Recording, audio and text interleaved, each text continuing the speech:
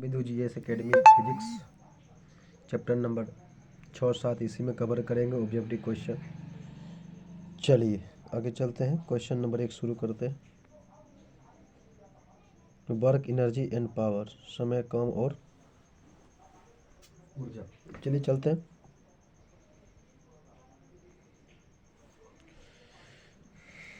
आगे है, यदि 2500 जूल काम करने में किसी मशीन को 5 सेकंड का समय लगता है तो उसका शक्ति क्या हो जाएगा? 0.5 किलोवाट। जैसे कि आप निकाल लीजिएगा, W बराबर F बराबर W/T और W बराबर J जूल पर सेकेंड होता है। तो आंसर हो जाएगा आपका, अब भाग दे दीजिए 2500 से 5 से, तो हो जाएगा आपका आंसर हो जाएगा आपका सीधे 250 वाट। ठीक, आगे चलते हैं। यदि किसी वस्तु के वेग को 3 गुना करने में उसकी गतिज ऊर्जा क्या होगी? 9 गुना हो जाएगी। आगे है कि 20 केजी के लोहे के गोला को तथा 10 केजी के एल्युमिनियम के गोला को किसी मीनार पर से गिराया गया है। जब गोला पृथ्वी से 10 मीटर ऊपर है तब उसका त्वरण समान रहेगा। आंसर हो जाएगा ये। आगे चलते हैं। 1 केजी की वस्तु की गतिज ऊर्जा 1 जूल तब होगी जब इसकी चाल होगी 1.4 मीटर पर सेकेंड। आंसर हो जाएगा सी।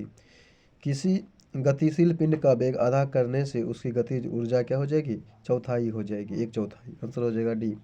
1 न्यूटन बराबर होता है 1 जूल का। आंसर हो जाएगा बी।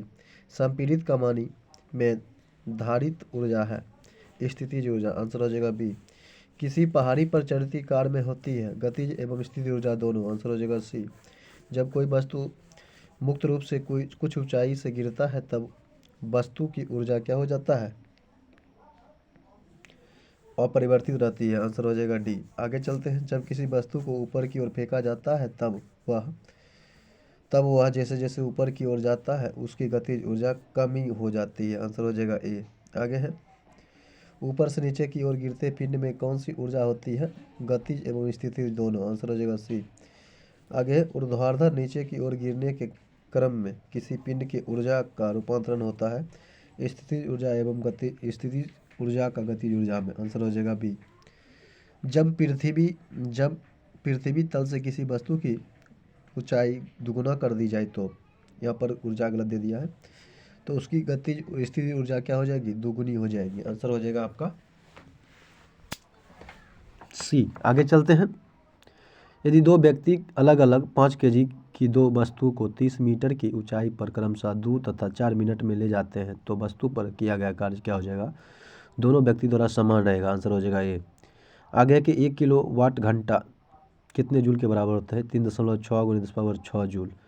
आगे है, आगे की एम मीटर तथा 2m मीटर द्रव्यमान की दो वस्तु एक समान वेग से चल रहे हैं तो उसकी गतिज ऊर्जा का अनुपात क्या हो जाएगा?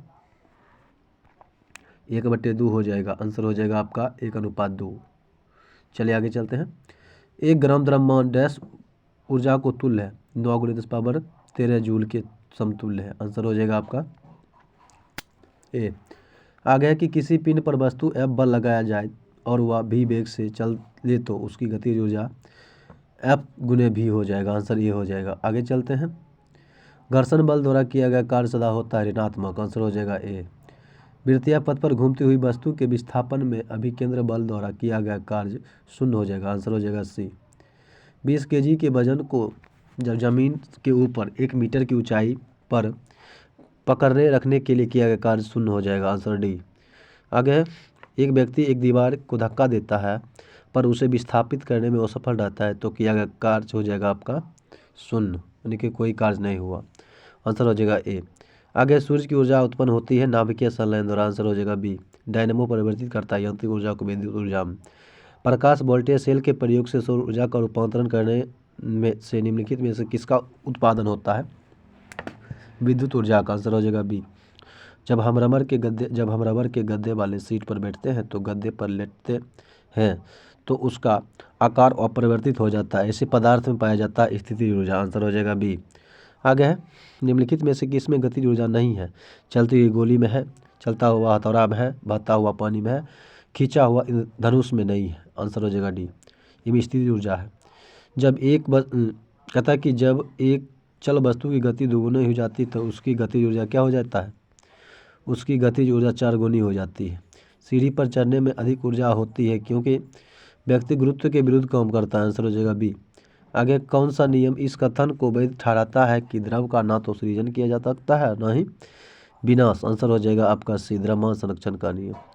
आगे है कि एक कण का द्रव्यमान m तथा संवेग p है तो इसकी गति ऊर्जा क्या हो जाएगी, p²/2m। आंसर हो जाएगा डी। स्वचालित कलाई घड़ियों में ऊर्जा होती है हमारे हाथ के विभिन्न संचालक से। आंसर हो जाएगा आपका डी। आगे चलते हैं एक्सरसाइज नंबर 7, यानी कि सर्किल रोटेशन एंड मोशन। आगे है आर त्रिज्या वाले वृत्ताकार पथ में समान चाल भी से गतिमान m द्रव्यमान के वस्तु पर लगने वाला अभिकेंद्र बल का मान बराबर होता है mv²/r। आंसर हो जाएगा सी। जब कोई आगे है आपका, जब कोई कण किसी वृत्त के चारों ओर घूमता है तो वह बल जो इसे एक समान गति से गतिमान रखता है कहा जाता है अभिकेंद्रीय बल। आंसर हो जाएगा ए।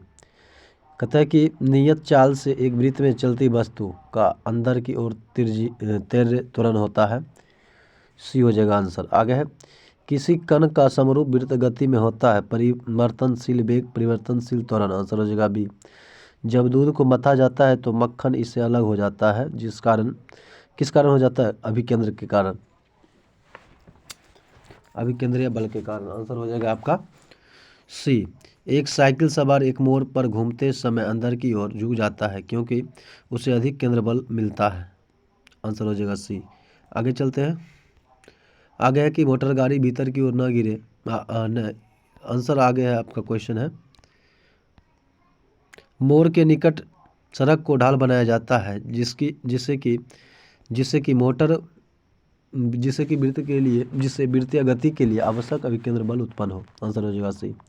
आगे आपका एक साइकिल सवार भी चाल से चलता हुआ मोड़ पर जिसकी त्रिज्या r है मुड़ता है ऊर्ध्वाधर से उसके झुकाव का कोण थीटा के लिए सूत्र हो जाएगा tan थीटा बराबर v²/rg। आंसर हो जाएगा ए। आगे चलते हैं। एक समान कोणीय वेग से एक वृत्त पथ पर गति करती हुई वस्तु का त्वरण स्थिर रहता है सिर्फ परिणाम में। आंसर हो जाएगा ए। आगे चलते हैं। एक मोटर गाड़ी जिसका द्रव्यमान 500 kg है एक मोड़ पर घूमती है। मोड़ की त्रिज्या 60 मीटर है। यदि घर्षण गुणांक 0.75 हो तो महत्तम चाल कितना होगा जिसे मोटर को मोड़ा जा सकता है। जब जी लेंगे हम 9.8 मीटर पर सेकेंड तब हो जाएगा आपका 21 मीटर पर सेकेंड। निकाल लीजिएगा सूत्र पर।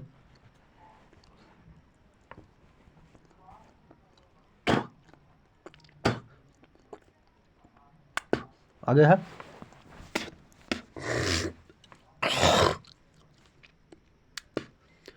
आगे 10 मीटर त्रिज्या वाले वृत्ताकार पथ पर नियत वेग से घूमती हुई वस्तु पर 1 न्यूटन बल लग रहा है। वस्तु की गति ऊर्जा निकलेगा कितना, 8 जूल। आंसर हो जाएगा आपका सी। बल और समय जब तक बल काम करता है गुणनफल कहा जाता है आवेग। आंसर हो जाएगा सी। एक जेट इंजन काम करता है संवेग संरक्षण या रेखीय संरक्षण के सिद्धांत पर। आंसर हो जाएगा आपका सी। आगे चलते हैं। आगे है द्रव्यमान m तथा वेग v में चलता हुआ वस्तु द्रव्यमान m तथा वेग v से चलता हुआ वस्तु दीवार से लंबवत टकराता है और टक्कर के बाद उसी वेग से लौटता है तो दीवार को किया गया संवेग 2mv हो जाएगा। आंसर हो जाएगा बी। आगे है 1 ग्राम और 4 ग्राम वाले दो गतिमान पिंडों की गतिज ऊर्जा समान है उसकी रेखीय संवेग का अनुपात हो जाएगा 1:2। यदि 1 kg द्रव्यमान को एक पिंड की गतिज ऊर्जा 1 जूल हो तो इसकी चाल हो जाएगी √2 मीटर पर सेकेंड। आंसर हो जाएगा डी। आगे पूर्णतः प्रत्यास्थ टक्कर में संवेग एवं गतिज ऊर्जा दोनों संरक्षित रहते हैं। आंसर हो जाएगा बी। समान ताप पर दो बॉल टकराते हैं और संरक्षित भौतिक राशि हो जाएगा आपका संवेग। Answer D. आगे चलते हैं। यदि पृथ्वी के ध्रुव की बर्फ पिघला करके बोध रेखा में आ जाए तो दिन रात की अवधि बढ़ जाएगी। आंसर हो जाएगा आपका बी। जब किसी निकाय में क्रियाशील बल आघूर्ण शून्य हो तो निम्नलिखित में से कौन सा अचर रहेगा कोणीय संवेग? आंसर हो जाएगा बी। कहता है कि एक कण एक सरल रेखा पर समरूप वेग से गतिशील है, उस सरल रेखा पर एक बिंदु के परिताप कण का कोणीय संवेग शून्य हो जाएगा। आंसर हो जाएगा ए। 1 मीटर त्रिज्या का एक पहिया प्रति मीटर 30 चक्कर लगाता है तो पहिए की कोणीय चाल हो जाएगा पाई रेडियन पर सेकेंड। आंसर हो जाएगा ए। यदि घूमते हुए टेबल पर एक मनुष्य अपना हाथ फैला करके चक्रीय गति कर रही है तो जब वह अपने हाथ को झुकाएगा तो उसकी चक्रीय दर क्या हो जाएगा? बढ़ जाएगा। आंसर हो जाएगा बी। कोणीय संवेग का ऐसा ही मात्रक होता है केजी मीटर पर सेकेंड। एम द्रव्यमान का एक पिंड किसी अक्ष के परितः समरूप कोणीय वेग ओमेगा से परिक्रमा कर रहा है तो उस अक्ष के परितः पिंड का जो है आपका पिंड का जड़त्व आघूर्ण हो जाएगा ए आई है, उस पिंड की कोणीय संवेग हो जाएगा आई ओमेगा। Answer C. आगे चलते हैं। जड़त्व आघूर्ण का ऐसा ही मात्रक होता है केजी मीटर पर second square. Kg meter square हो जाएगा। आंसर डी हो जाएगा केजी मीटर स्क्वायर। कहता है कि यदि किसी घूमती हुई वस्तु का जड़त्व आघूर्ण उसके द्रव्यमान के पूर्ण वितरण के कारण बढ़ जाता है तो उसका कोणीय वेग क्या होता है? घट जाता है। आंसर हो जाएगा ए। वस्तु की एक समान वृत्तीय गति में त्वरण होता है, त्रिज्या के सिर में भीतर केंद्र की ओर लगता है। आंसर हो जाएगा बी। वृत्ताकार पथ पर गतिमान यंत्र में एक यात्री अपकेंद्र बल का अनुभव करता है। आंसर हो जाएगा ए। वेग और त्वरण की दिशा एक दूसरे की लंबवत होती है वृत्तीय गति का। आंसर हो जाएगा सी। वृत्तीय गति करते हुए पिंड की चाल और पथ की त्रिज्या दोनों को दुगुना कर देने पर अभिकेंद्र बल दुगुना हो जाएगा। आंसर हो जाएगा ए। पृथ्वी सूर्य के चारों ओर तथा चंद्रमा पृथ्वी की चारों ओर घूमता है अभिकेंद्रीय बल के कारण। आंसर हो जाएगा बी। आगे चलते हैं। एक क्षैतिज वृत्त में स्थिर चाल में घूमती हुई वस्तु के लिए नियत रहता है क्या? गतिज ऊर्जा। आंसर हो जाएगा बी। जब वस्तु वृत्ताकार मार्ग पर एक समान कोणीय वेग से गतिमान है तब कोणीय त्वरण का मान हो जाएगा 0। आंसर हो जाएगा आपका सी। यदि भार ओमेगा तथा आयास पी हो तो उत्तोलक यांत्रिक लाभ होगा ओमेगा बाय पी। आंसर हो जाएगा बी। कहता है कि एक सरल मशीन 20 केजी के प्रयास से 720 केजी भार उठा सकता है तो मशीन का यांत्रिक लाभ 6 हो जाएगा। बर्छा के 72 यानी कि 720 बटे 120 ले आइएगा 6 आ जाएगा। आंसर हो जाएगा सी यानी कि डब्ल्यू बाई पी। आगे चलते हैं। आगे है आपका प्रथम श्रेणी के उत्तोलक का उदाहरण है कैंची। आंसर हो जाएगा बी। एफर्ट क्या है? वह बल जो उत्तोलक पर लगाया जाता है। Answer B. किसी स्थिर अक्ष के परितः परिक्रमा कर रही वस्तु में होगी यानी कि वृत्तीय गति और घूर्णन गति दोनों। आंसर हो जाएगा आपका डी।